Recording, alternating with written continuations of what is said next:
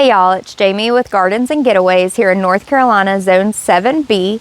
It is October. We're going into the fall months. This morning it's kind of like a cool, crisp, windy 60 degrees. You may be able to hear the breeze blowing. Hopefully you can hear me okay. I am trying out this new microphone, so we'll see how that goes. I'm out here, like I said, in my strawberry patch. I want to talk about a couple of things today. So my strawberry patch is very overrun, so I'm going to talk about weeding your strawberries, getting them ready in the fall for the spring, but also just different parts of the strawberry plant, how to take care of them, and different things you need to know if you're planning on having a strawberry patch. Obviously, this one has been slightly neglected for a couple of reasons, which I'll get into. And you can just see that there's just strawberry plants everywhere. So if you're interested in that, come along with me and I will talk to you all about my strawberries. So the first thing I want to do is give some backstory on my strawberries. My strawberry plants came from a lady that I worked with. She had told me that she was thinning her strawberries. She knew that I had moved to this house a couple of years ago. We've been here right at 5 years last month, I guess. So anyway, she knew I was moving here and said, hey, do you want some strawberry plants? I said, absolutely. She did not know what kind she had, but she gave me a box of bare roots where in the fall she had dug them up. So I brought them home, we tilled up this plot and put them in the ground. The next season, they came back wonderfully, put off a lot of like pretty green foliage, but we have a lot of deer here and the deer decimated them. I mean, they ate them down to a nub. I was so distraught. I was very upset about it. So I said, well, what do you do? I thought they were done for, but they came back. So I guess the roots had established enough since I had planted them in the fall. So they started to reflower. So when they did, my husband and I came around and put up this fence. So this fence, I don't know, you can't really see it behind me, but you can see the poles here. We put these T-posts in the ground just that we kind of had, and then it is 2 rolls of chicken wire high. So we've got 1 roll of chicken wire and then another roll around the top. So I'm 5 foot tall and it is taller than me. So the deer have not jumped into it. They do not get into it. But long story short, we still didn't get a ton of strawberries that year, maybe a couple, because the plants hadn't really come back that great. So the next year, I went through, tried to really fertilize them good, put some berry tone on them, really take care of them, mulch them heavy, and that kind of thing.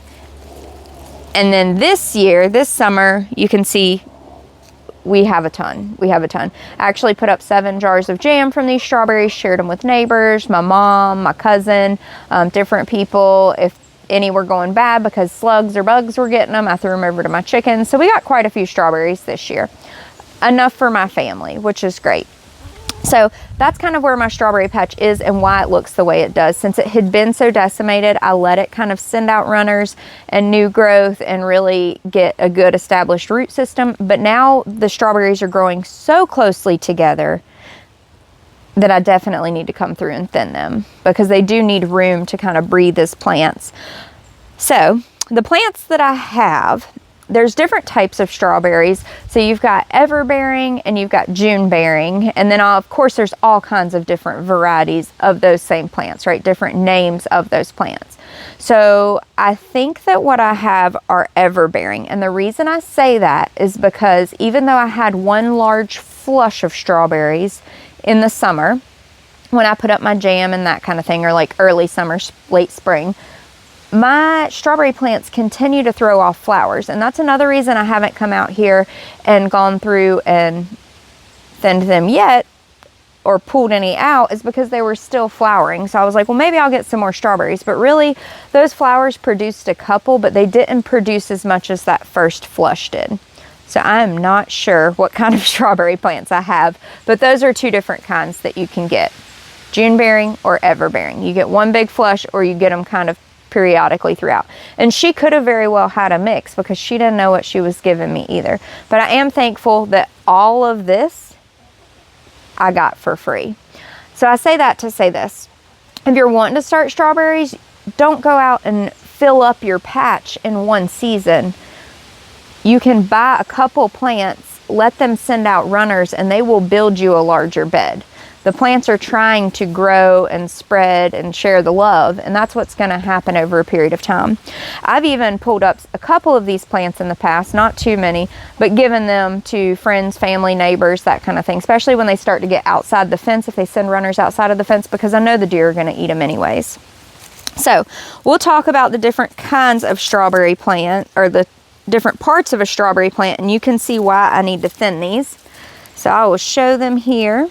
So with a strawberry plant, you get what is called your root and your crown, which is the top. And usually when you buy strawberry plants, if you're going to buy them bare root, all of this green foliage is not here. So you're just going to get the little crown top and the root. If you get them like that, when you plant them, your crown just needs to barely be at the top of the dirt. You don't want to bury them too deep, but you also don't want to bury them too shallow either. And in the winter, I do go through and mulch my strawberries because it helps just to protect them if we get super cold. In North Carolina, strawberries really do good here though.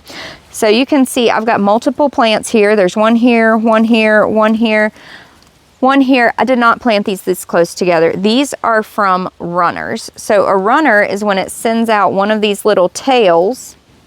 It'll send out a tail and it'll grow roots, and then that goes in the ground, and then you've got a new plant. So when I go through and thin these, I'm just going to gently pull them apart.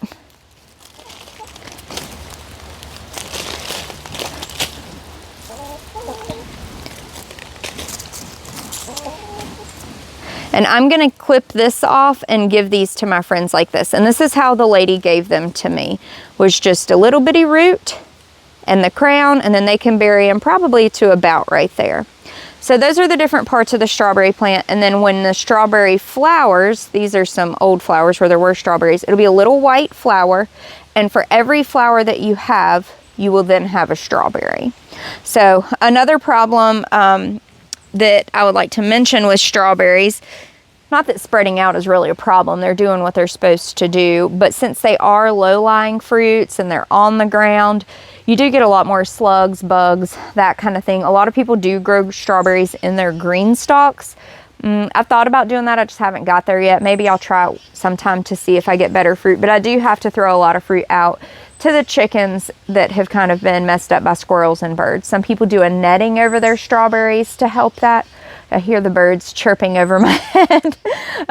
They definitely ate quite a few strawberries. The squirrel got in here, the deer didn't get in here, and the rabbits couldn't get in here, but the squirrels could crawl over the fence. So I did see quite a few of them in here eating them, but I still got a good amount, so that was good. All right, so I just wanted to show you guys this so you can kind of see the different stages of the strawberry plant when it starts to flower. So if it's your first time growing strawberries in the spring, you'll know what to expect. So they're gonna set flowers first. So when they open up, they will look like this, pretty little white flowers, okay? Then it will drop its petals and it will look like this. This is where your pollinators are gonna come in. I don't know if you can really see that. Oh, go back. There we go. And then it's going to turn white like this. And then it'll eventually turn red and be the strawberry you know and love. This one has been eaten by bugs and it's not getting that big. So like I said, I was waiting to thin these plants because they are still setting some berries. However, they're growing too close together. I don't think they're getting the nutrients that they need. They're kind of robbing each other. So this isn't really much I can do with. So throw that over to the chickens.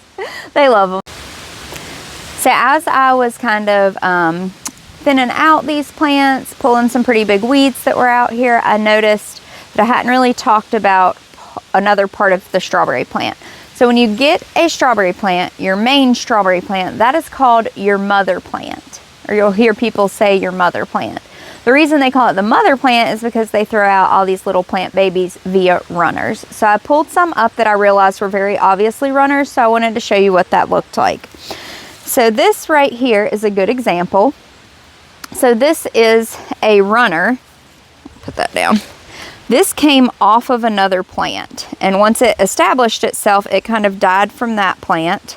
But when it comes off of another plant, just at this little node right here, it will set out roots and it will automatically take root and start to grow. I did not come out here and rebury this or anything.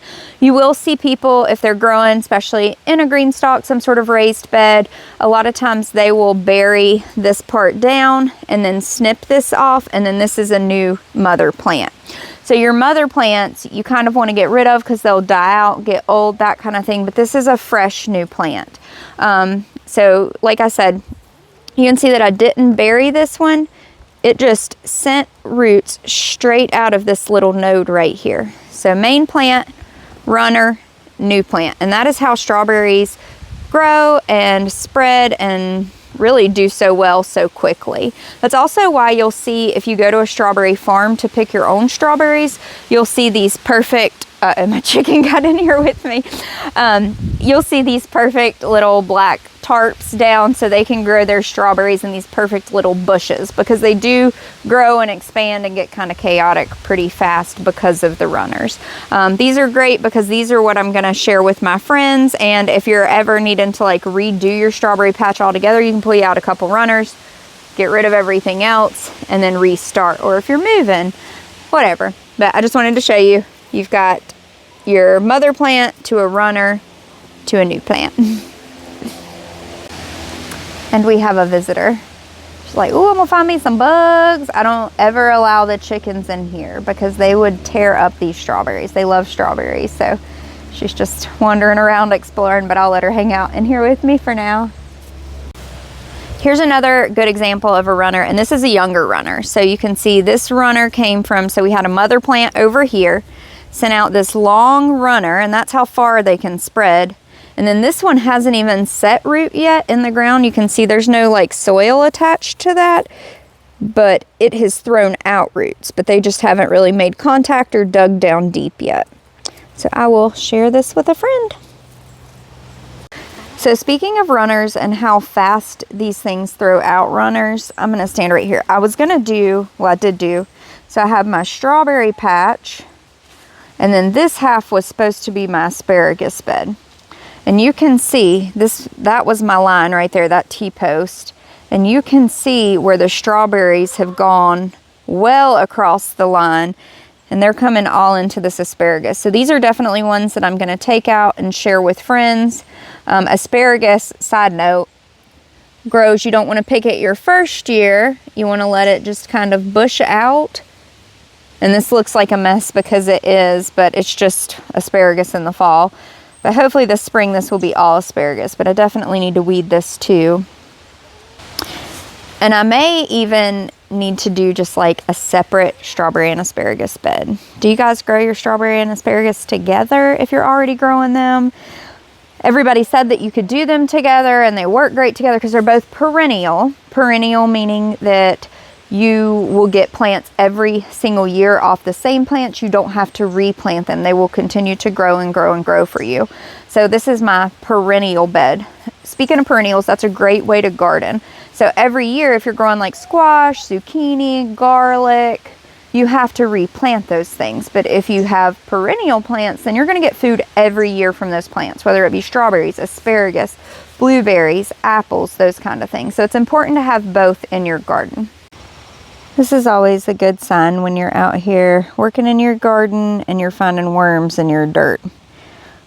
Worms are great for the soil, so we're gonna let that one stay here.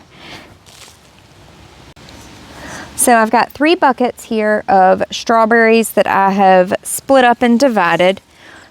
They've all got some pretty good little root systems to them. I'm going to share these with friends. So I had asked some friends, told them that I was going to be dividing these up, see who wants some. So 3 people told me they wanted some, so I'm going to send those to them.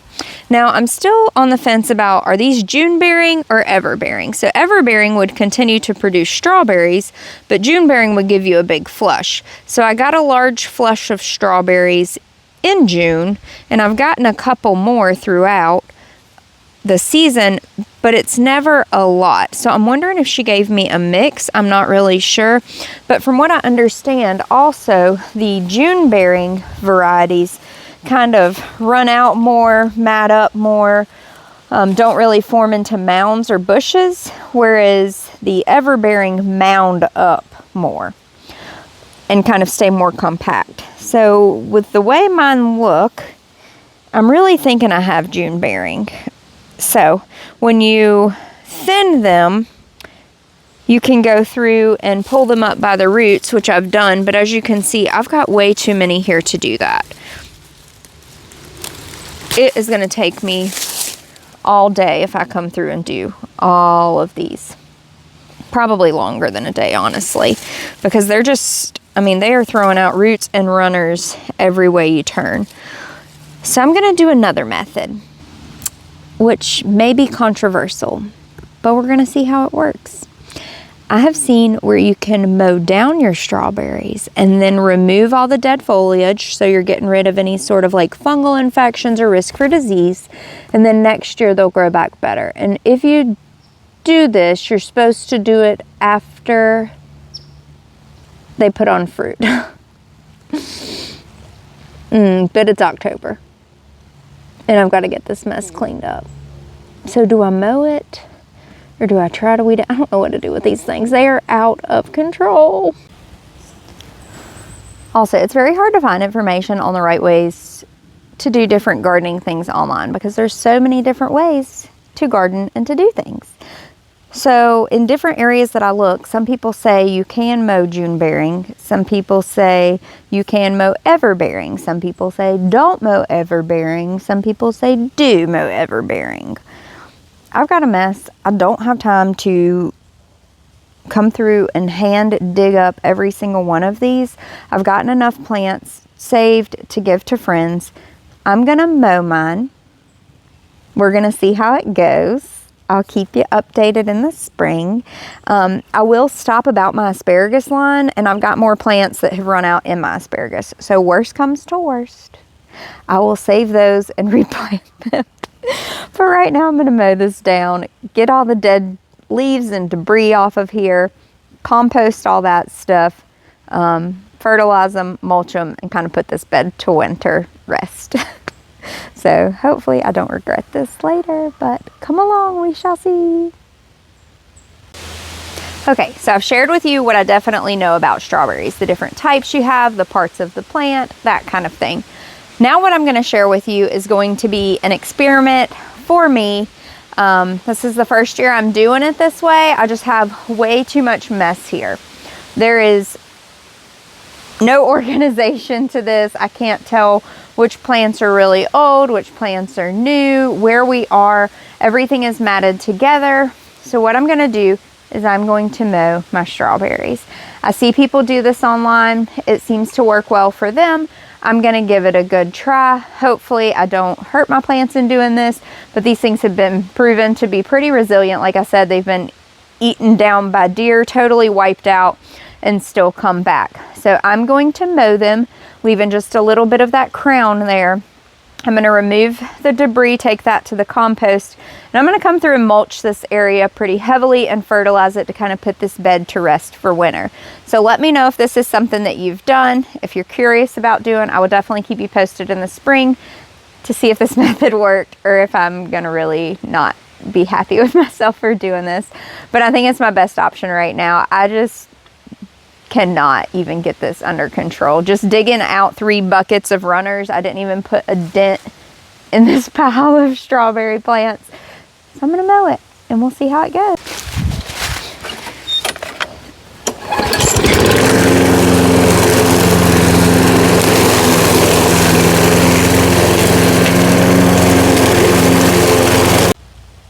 So I did mow this area down. I did leave the crowns of the plants, which if you're planting bare root strawberries, this is about all that you're going to leave sticking out of the ground anyways. And so you can see I'll be able to get new growth from here. There's some new growth already on that one. So I'm really not too worried about killing these strawberry plants, but I am, since I'm experimenting with this method this year. I mowed most of the patch, but I am going to leave 2 rows and see how they spread out and how they do. And then I've got backup strawberry plants should these not come back and do well. And then I've got a couple more just around the edges here. So I'm not worried about totally losing my strawberry plants. What I'm gonna do now is go get some berry tone. That's my favorite garden fertilizer. And then I'm gonna mulch this area very heavily And this bed's going to rest for the winter, and we'll see where it's at in the spring. Hopefully I don't regret doing this. I don't think I'm going to. I think it's saved me a lot of work from individually separating all these plants. And in the spring, I'm going to try to do a better job about containing my runners and just not letting things get quite so out of hand over here. So let me run to the store and I will show you what fertilizer I get. All right, back as promised with some fertilizer. Now I was going to get the Epsoma Organic Berry Tone, but my store did not have it. I live in the country. I didn't feel like waiting a few days to have it delivered. My schedule's just too crazy. I got to do what I got to do when I got 5 minutes to do it. But it does say here on the side that you can use this on other plants, including strawberries. So for acid-loving plants, this is a 434 fertilizer. Like I said, usually use berry tone. I'm using holly tone this time. So I'm just going to take this out, sprinkle it kind of all over this area evenly. And then I've got some pine needles that I'm going to come put down as my top layer just to kind of hold in the moisture, keep the weeds down throughout the winter while we put this bed to sleep. And then in the spring, everything will come back up. So that's what I'm getting ready to do. So this is just a granular fertilizer. I'm just taking a handful and just kind of evenly shaking it all over the whole bed, and that'll be it. Next thing I'm going to do is just mulch it to ensure that these plants stay covered and warm enough throughout the winter. I've got some pine straw here, and I'm just going to spread it out evenly. It's just a thin top layer. Thanks for coming along today as I put my strawberry beds to rest, got them ready for next spring. Hopefully the methods I used today will work out for me and benefit me with a large strawberry harvest in the spring. I'll definitely make a video about that when we get to that point. Leave some comments down below. Let me know how you maintain the craziness of your strawberries when they send out runners. What do you fertilize with? How do you deal with getting them through the winter so that you have a good harvest the next spring? I'd love to hear all that. I'd love to hear from different gardening zones too. So like I said, I'm in North Carolina, zone 7B. So here our winters can be kind of mild. So just a light mulching usually gets them through the winter.